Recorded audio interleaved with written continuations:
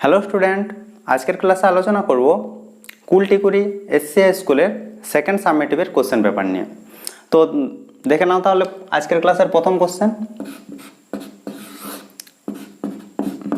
একের দাগের কোশ্চেনে বলেছে একটি অংশীদারি ব্যবসায় তিন বন্ধুর মূলধনের অনুপাত দেওয়া আছে 1:2 অনুপাত 1:3 অনুপাত 1:4। তারপর বলেছে বছরের শেষে লাভ হয় 1300 টাকা। তাহলে লাভ হচ্ছে 1300 টাকা।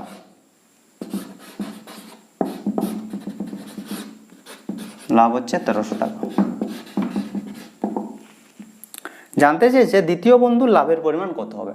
ঠিক আছে, তাহলে যে অনুপাতটা দেওয়া আছে সেটাকে প্রথমে সরল অনুপাতে করে নিতে হবে।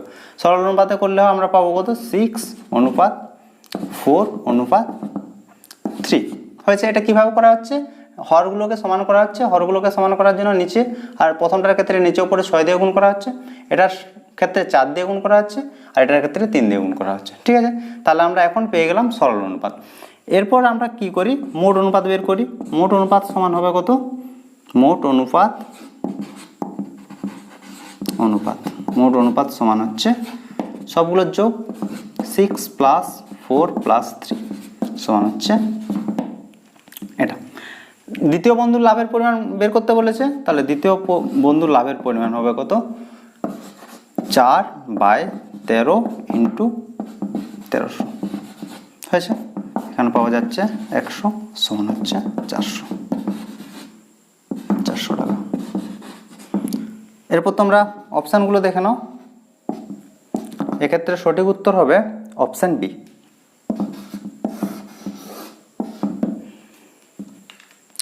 এরপর হচ্ছে 2 দাগের কোশ্চেন।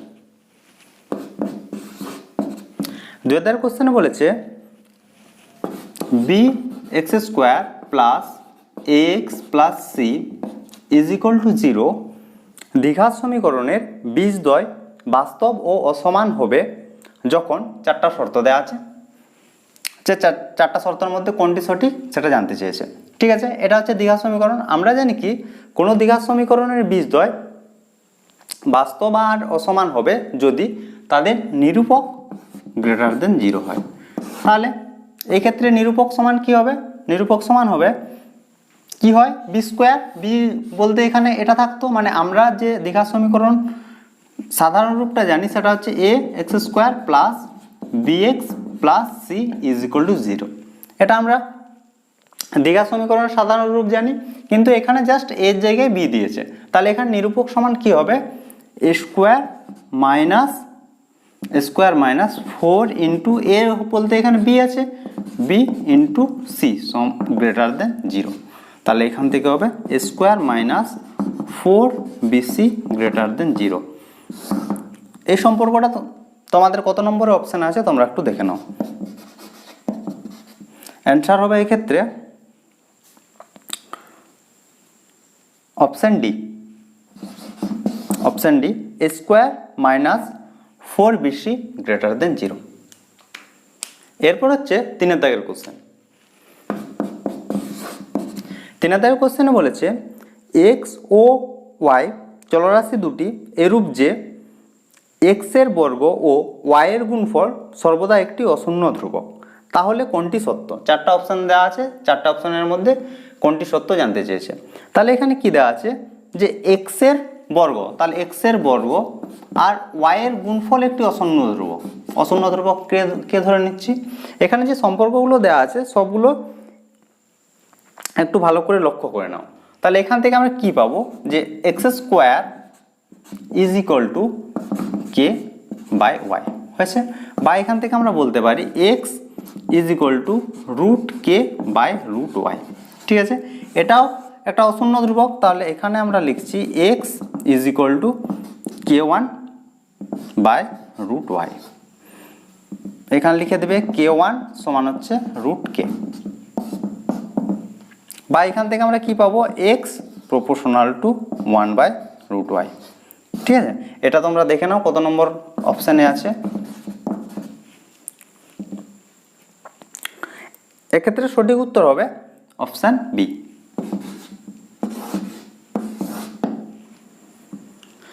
এরপর হচ্ছে 4 দাগের কোশ্চেন। 4 দাগের কোশ্চেনে বলেছে যে দুটি বৃত্ত পরস্পরকে ছেদ বা স্পর্শ না করলে বৃত্ত দুটির সর্বাধিক সংখ্যায় সাধারণ স্পর্শকের সংখ্যা হবে। ঠিক আছে, এখানে দেখে নাও যে দুটো বৃত্ত অঙ্কন করেছি, যে দুটি বৃত্ত পরস্পরকে ছেদ করেনি, তাহলে এক্ষেত্রে স্বাভাবিক স্পর্শকের সংখ্যা হবে 4টা। এই যে এটা একটা স্পর্শক, এটা একটা স্পর্শক, এটা একটা স্পর্শক, আর একটা হচ্ছে তোমার এটা একটা। টোটাল স্পর্শকের সংখ্যা হবে কত? 4টা। এক্ষেত্রে সঠিক উত্তর হবে টোটাল স্পর্শকের সংখ্যা হচ্ছে 4টা। এবার তোমরা অপশানটা দেখে নাও। অপশান বি হচ্ছে এক্ষেত্রে সঠিক উত্তর। এরপর হচ্ছে 5 দাগের কোশ্চেন। 5 দাগের কোশ্চেনে বলেছে ত্রিভুজ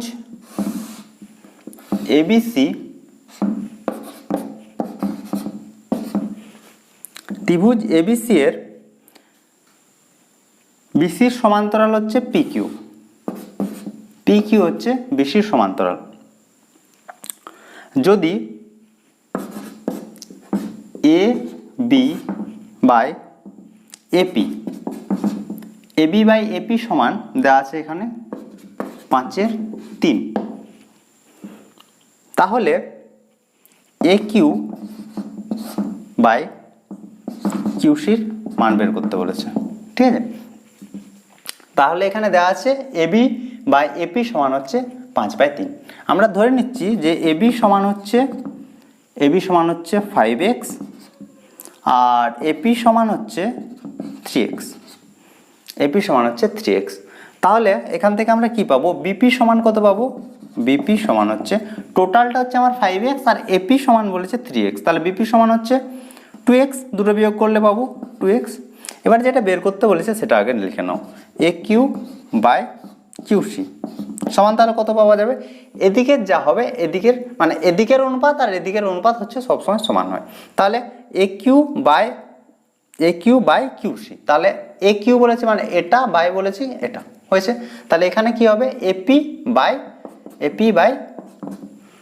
বিপি, তাহলে এপি বাই বিপি হয়েছে। এপি সমান আমরা কি পেয়েছি? এপি সমান পেয়েছি 3x আর বিপি সমান হচ্ছে পেয়েছি 2x। তাহলে x ক্যান্সেল হচ্ছে, পড়ে থাকছে কত? 3/2। এটাই হচ্ছে তোমাদের অ্যান্সার। ঠিক আছে, অপশানগুলো একটু দেখে নাও। অ্যান্সার হচ্ছে অপশান সি। এরপর হচ্ছে 6 দাগের কোশ্চেন। 6 দাগের কোশ্চেনে বলেছে 3 সেমি, 4 সেমি ও 5 সেমি বাহু বিশিষ্ট ত্রিভুজের 4 সেমি বাহুকে অক্ষ করে ত্রিভুজটিকে ঘোরানো হলো, উৎপন্ন শঙ্কুর আয়তন হবে। তাহলে অক্ষ বলেছে কত সেমি? অক্ষ হচ্ছে 4 সেমি, তাহলে এটা অক্ষ 4 সেমি ধরলাম হয়েছে। আর সমকোণী ত্রিভুজ, তাহলে এটা হবে 5 সেমি আর নিচেরটা হবে তাহলে 3 সেমি। তাহলে এটাকে অক্ষ করে যখন ঘোরানো হচ্ছে তখন যে শঙ্কুটা উৎপন্ন হবে সেই শঙ্কুর উচ্চতা হবে হচ্ছে 4 সেমি, উচ্চতা 4 সেমি। আর ভূমির ব্যাসার্ধ সমান হচ্ছে 3 সেমি। জানতে চেয়েছে যে শঙ্কু উৎপন্ন হচ্ছে সেই শঙ্কুর আয়তন। তাহলে আমরা শঙ্কুর আয়তন জানি 1/3 পাই আর স্কোয়ার এইচ। সব মান এখানে আমাদের আছে 3 ইন্টু পাই ইন্টু আর এর স্কোয়ার বলতে 3 গুণিত 3 ইন্টু উচ্চতা সমান পেয়েছি কত? এইচ। তাহলে একটা 3 ক্যান্সেল হচ্ছে, পড়ে থাকছে তাহলে কত? 12 পাই। এটা হচ্ছে তোমাদের অ্যান্সার।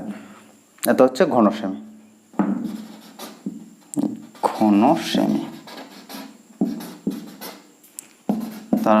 তাহলে অপশানটা তোমরা দেখে নাও। অপশান এ হচ্ছে এক্ষেত্রে সঠিক উত্তর। এরপর হচ্ছে 7 দাগের কোশ্চেন। 7 দাগের কোশ্চেনে বলেছে একটি নিরেট গোলকের বক্রতলের ক্ষেত্রফল ও 3 গুণ আয়তনের সাংখ্যমান হচ্ছে সমান হলে গোলকটির ব্যাসার্ধের দৈর্ঘ্য কত হবে? বলেছে গোলকটির বক্রতলের ক্ষেত্রফল, তাহলে আমরা গোলকের বক্রতলের ক্ষেত্রফল এস ধরছি। আমরা জানি কি গোলকের বক্রতলের ক্ষেত্রফল হয় 4πr², আর হচ্ছে যেখানে ব্যাসার্ধ। আর বলেছে যে তাহলে আয়তন, আয়তন আমরা ধরে নিচ্ছি কি ভি, ভি সমান হচ্ছে 4/3πr³, 4/3πr³। এখানে যে সম্পর্কটা দেওয়া আছে সম্পর্কটা তোমরা একটু ভালো করে লক্ষ্য করো। বলেছে একটি নিরেট গোলকের বক্রতলের ক্ষেত্রফল ও 3 গুণ আয়তনের সাংখ্যমান সমান, তাহলে আয়তনের সঙ্গে যদি 3 গুণ করা হয় সেটা হবে বক্রতলের ক্ষেত্রফলের সঙ্গে সমান। তাহলে এখানে সম্পর্কটা দেওয়া আছে এস ইকুয়াল টু হচ্ছে 3v। ঠিক আছে, তাহলে এবারে আমরা মানটা বসিয়ে দিই। তাহলে এস সমান হচ্ছে 4πr² আর ইন্টু 3 ইন্টু ভি এর মান এখানে আছে 4/3πr³। ঠিক আছে, এখানে দেখো পাই পাই ক্যান্সেল হচ্ছে আর 3 3 ক্যান্সেল হচ্ছে আর এপাশে 4 4 ক্যান্সেল হচ্ছে, পড়ে থাকছে। তাহলে এখানে আছে 2 আর আর এখানে আছে 3টে আর, তাহলে এখান থেকে আমরা কি পাবো আর সমান হচ্ছে 1। ঠিক আছে, তাহলে এখানে অ্যান্সার হচ্ছে আর ইকুয়াল টু 1 একক। তাহলে অ্যান্সার অপশান এ হচ্ছে সঠিক উত্তর, অপশান এ। এরপর হচ্ছে 2 অধ্যায়ের কোশ্চেন। 2 অধ্যায়ের প্রথম কোশ্চেনে বলেছে a square plus B square proportional to A B হলে দেখাও যে A plus B proportional to A minus B, এটা হচ্ছে প্রমাণ করতে বলেছে। এখানে দেওয়া আছে A square plus B square proportional to A B, প্রমাণ করতে বলেছে A plus B proportional to A minus B. ঠিক আছে, তাহলে এখান থেকে আমরা শুরু করি, যেটা দেওয়া আছে সেখান থেকে, বা এখান থেকে আমরা কি লিখতে পারি। এখানে প্রথম আমার কাজ হবে যে প্রপোর্শনালটা দেওয়া আছে সেটা হচ্ছে সমান করে নিতে হবে। তাহলে এ স্কোয়ার প্লাস বি স্কোয়ার সমান হচ্ছে কে ইন্টু এ বি। কে হচ্ছে নট ইকুয়াল টু 0, কে হচ্ছে একটা অশূন্য ভেদ ধ্রুবক হয়েছে। বা A square plus B square by হচ্ছে এ বিটা এই পাশে নিয়ে আসা হচ্ছে, তাহলে কে কিছু নেই বলতে 1। এরপর আমরা যোগভাগ প্রক্রিয়া লাগাবো, না যোগভাগ প্রক্রিয়ার আগে নিচে হরগুলোর সঙ্গে 2 দিয়ে গুণ করে দিই, তাহলে কি পাবো A square plus B square by 2ab সমান হচ্ছে কে বাই 2, শুধু হরের সঙ্গে 2 দিয়ে গুণ করা হয়েছে। এরপর আমরা করব যোগভাগ প্রক্রিয়া, তাহলে যোগভাগ প্রক্রিয়া করলে আমরা কি পাবো A square plus B square plus 2ab by নিচে হচ্ছে A square plus B square minus 2ab হয়েছে, সমান এপাশে পাবো কি K plus 2 by K minus 2। এবার দেখে নাও কি আসছে, তাহলে এটা সমান হচ্ছে প্লাসের সূত্র এ প্লাস বি তার হোল স্কোয়ার আর নিচে হচ্ছে এ মাইনাস বি তার হোল স্কোয়ার সমান পুরোটা সমান কে দো সমান কে 1, কারণ কে বলতে এখানে কি অশূন্য ধ্রুবক, তাহলে কে প্লাস 2 সেটাও একটা অশূন্য ধ্রুবক আর কে মাইনাস 2 সেটাও একটা অশূন্য ধ্রুবক, তাহলে টোটালটাকে আমরা ধরে নিচ্ছি কে 1, সাইডে লিখে দেবে কে 1 সমান হচ্ছে কে প্লাস 2 বাই কে মাইনাস 2 হয়েছে, এটা অবশ্যই লিখে দেবে সাইডে হয়েছে। এরপর আমরা কি লিখতে পারি দেখো যে বা দিয়ে যে এ প্লাস বি তার হোল স্কোয়ার সমান হচ্ছে কে 1 ইন্টু এ মাইনাস বি তার হোল স্কোয়ার, বা আমরা লিখতে পারি এ প্লাস বি সমান হচ্ছে রুট কে 1 এ মাইনাস বি হয়েছে। তাহলে এটা তো একটা অশূন্য ধ্রুবক, তাহলে এই যে এটা থেকে আমরা লিখতে পারি A plus B proportional to A minus B, এটাই আমাদের প্রমাণ করতে বলেছিল, প্রমাণিত। হচ্ছে 2 অধ্যায়ের কোশ্চেন। 2 অধ্যায়ের কোশ্চেনে বলেছে ত্রিভুজ এবিসি এর কোণ এ বি সি সমান হচ্ছে 90 ডিগ্রি।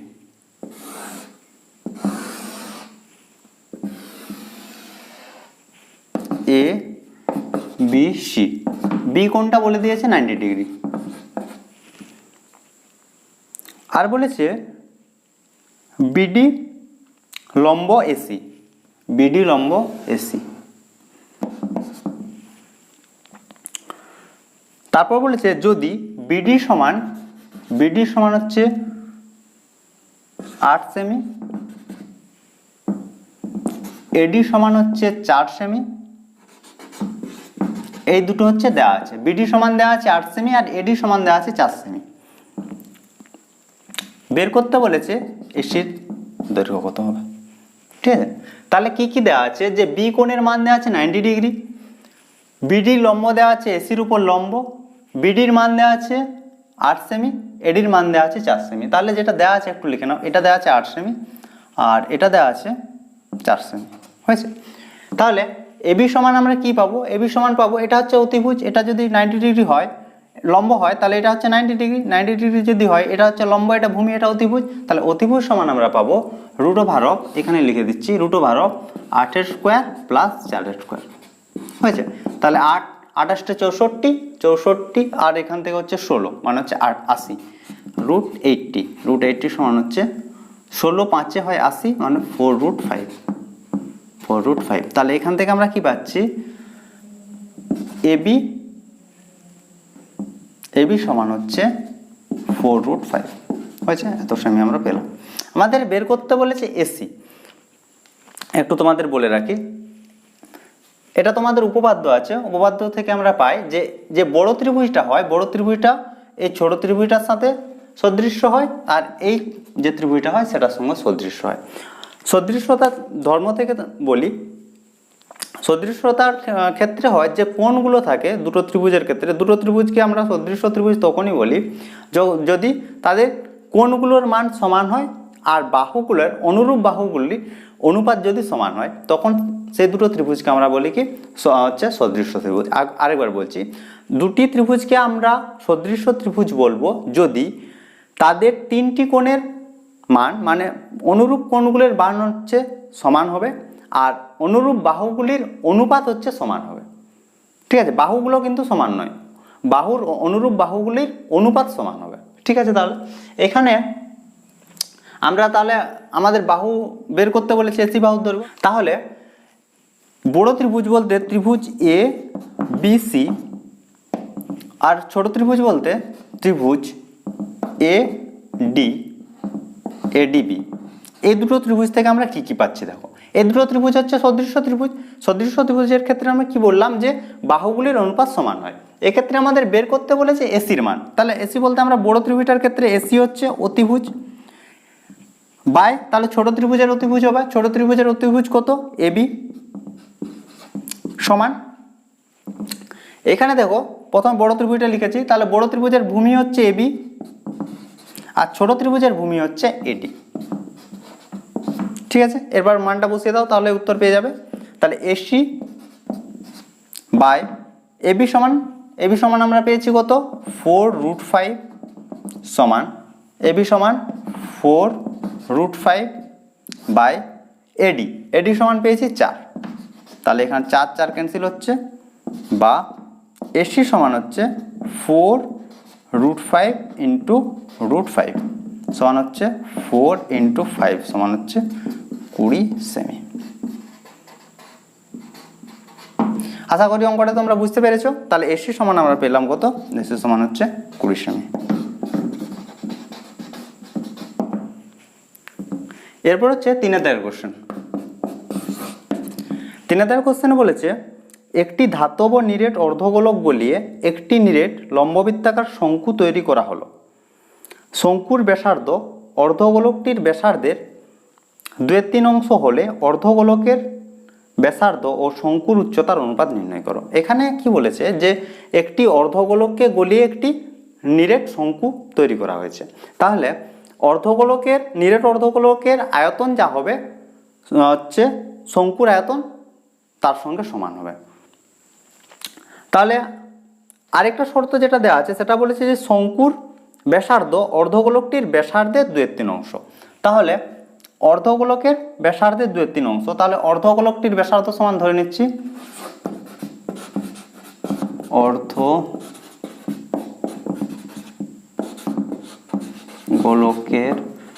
ব্যাসার্ধ সমান হচ্ছে আর একক। তাহলে শঙ্কুর ব্যাসার্ধ সমান হচ্ছে, তাহলে এখানে লিখে দিই একবার করে দিই আয়তন সমান হচ্ছে, আচ্ছা না শঙ্কুর লিখে দিই শঙ্কুর ব্যাসার্ধ সমান হচ্ছে শঙ্কুর ব্যাসার্ধ হচ্ছে অর্ধগোলকের ব্যাসার্ধের 2/3 অংশ। 2/3 অংশ তো হ্যাঁ, ব্যাসার্ধের 2/3 অংশ, তাহলে 2/3 অংশ সমান হচ্ছে 2r/3 একক। এক্ষুনি কি বললাম যে অর্ধগোলকের যা আয়তন হবে শঙ্কুর আয়তন তা হবে, তার কারণ হচ্ছে অর্ধগোলকটাকে গলিয়ে সে শঙ্কু তৈরি করেছে। তাহলে অর্ধগোলকের আয়তন আমি ভি ধরছি, অর্ধগোলকের আয়তন তাহলে আমরা কি পাবো, অর্ধগোলকের আয়তন হয় 2/3 পাই আর কিউব, এটা হচ্ছে ঘন একক, ঘন একক। ঠিক আছে, শঙ্কুর আয়তন আমরা ধরছি v1, তাহলে শঙ্কুর আয়তন কত হবে 1/3 পাই আর বলতে এটা পাই আর স্কোয়ার ইন্টু এইচ। এইচ ধরেছি শঙ্কুর উচ্চতা। তাহলে শর্ত থেকে আমরা কি পাচ্ছি, ভি ইকুয়াল টু v1, বা আমরা লিখতে পারি 2/3 পাই আর কিউব সমান সমান হচ্ছে 1/3 পাই ইন্টু 2r/3 তার হোল স্কোয়ার সমান ইন্টু এইচ হয়েছে। এবার দেখো কি কি ক্যান্সেল হচ্ছে, এখানে 3 ক্যান্সেল হচ্ছে, পাই পাই ক্যান্সেল হচ্ছে। ঠিক আছে, তারপর একটা লাইন লিখি তারপর বলছি। তাহলে এখান থেকে পড়ে থাকছে কি 2r³ সমান এখান থেকে পাচ্ছি হচ্ছে 4r² / 9 ইন্টু এইচ হয়েছে। এখানে দেখো 2 2 4 হয়, আর এখানে r² আর r³, তাহলে এই পাশে পড়ে থাকছে r, বা r is equal to 2h/9 হয়েছে। এরপরে দেখে নাও যে কি চেয়েছে, চেয়েছে যে ব্যাসার্ধ ও শঙ্কুর উচ্চতা, অর্ধগোলকের ব্যাসার্ধ আর শঙ্কুর উচ্চতার অনুপাত চেয়েছে, তাহলে r/h চেয়েছে। তাহলে এখান থেকে আমরা কি পাবো, 9r সমান হচ্ছে 2h, বা r/h সমান হচ্ছে 2/9, বা r অনুপাত h সমান হচ্ছে 2:9। এটা হচ্ছে অ্যান্সার। ঠিক আছে, এটা হচ্ছে অ্যান্সার। তাহলে অর্ধগোলকের ব্যাসার্ধ ও শঙ্কুর উচ্চতার অনুপাত হচ্ছে 2:9। এরপর হচ্ছে 4 দাগের কোশ্চেন। 4 দাগের কোশ্চেনে বলেছে একটি গোলকের ব্যাসের দৈর্ঘ্য হচ্ছে 50% বৃদ্ধি করলে বক্রতলের ক্ষেত্রফল শতকরা কত বৃদ্ধি পাবে তা নির্ণয় করো। আমরা ধরে নিচ্ছি গোলকের ব্যাস সমান হচ্ছে 2r একক। তাহলে ব্যাসার্ধ হবে কত, ব্যাসার্ধ সমান হচ্ছে r, ব্যাসের অর্ধেক, এত একক।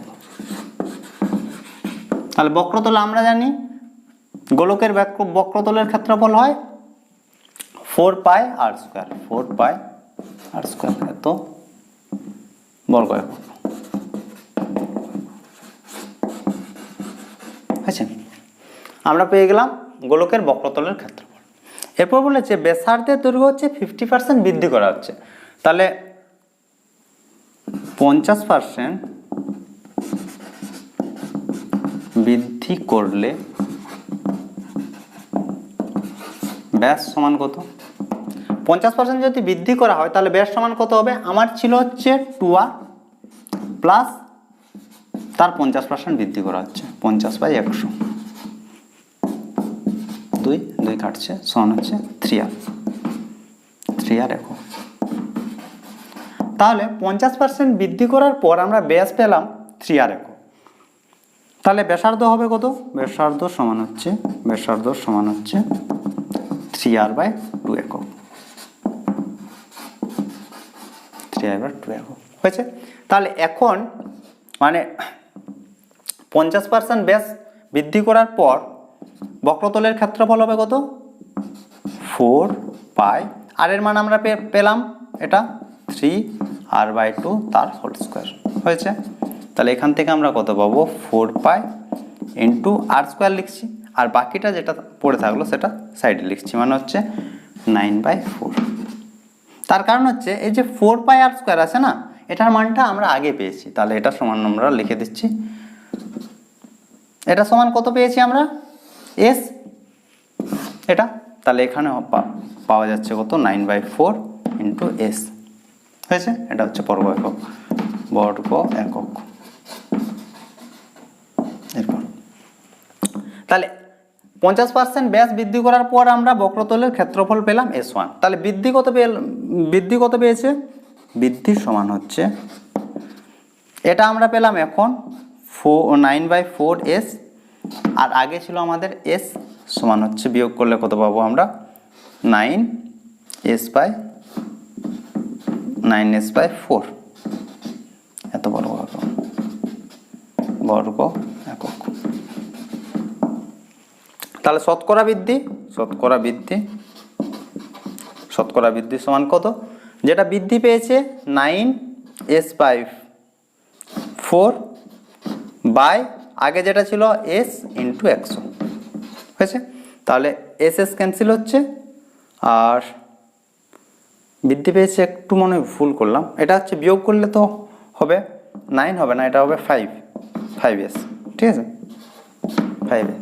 তাহলে এখান থেকে কাটাকাটি করলে আমরা কত পাবো? 25, আর ওপরে আছে 5, মানে ওপরে আছে 5 আর 25, তাহলে গুণ করলে পাবো আমরা 125।